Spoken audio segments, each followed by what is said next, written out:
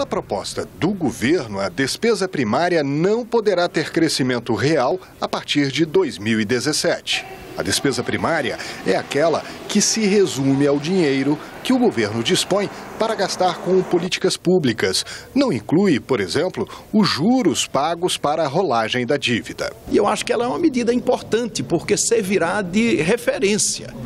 O que nós não podemos perder no Brasil são as referências.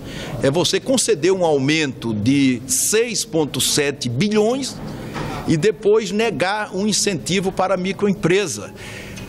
No ano em que 150 mil microempresas saíram do Supersimples.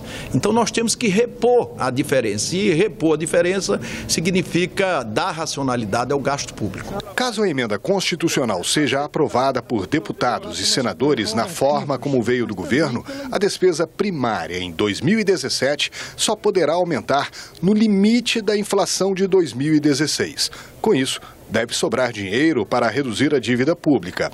Atualmente, as projeções do governo indicam que essa dívida pode alcançar 90% do PIB em um curto espaço de tempo. A ideia é que esse novo dispositivo garanta a redução da dívida pública para um patamar de 50% do PIB. O Estado brasileiro está crescendo demais, a despesa pública está crescendo demais.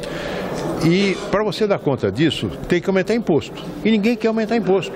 Então precisa ter uma coisa mais racional, não é? Saber qual é o tamanho de Estado que nós queremos e programar o seu crescimento de acordo com a nossa capacidade de mantê-lo.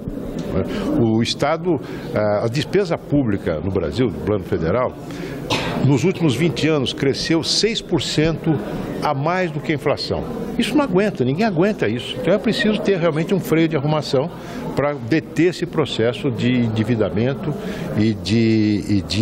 que vai levar o Estado brasileiro à insolvência. O novo regime fiscal deve vigorar por pelo menos 20 anos. Ficam fora do alcance da emenda constitucional as despesas com a justiça eleitoral, a capitalização de estatais, complementações ao Fundo de Manutenção e Desenvolvimento da Educação Básica e as transferências constitucionais a estados, municípios e ao Distrito Federal. Gastos com saúde e educação também só podem ser corrigidos pela variação da inflação do ano anterior. Se essa proposta valesse 10 anos atrás, o orçamento da saúde, ao invés de ser 102 bi, seria 65 bi. O orçamento da educação de 103 bi, teríamos 31 bi. Só quem perde são os mais pobres.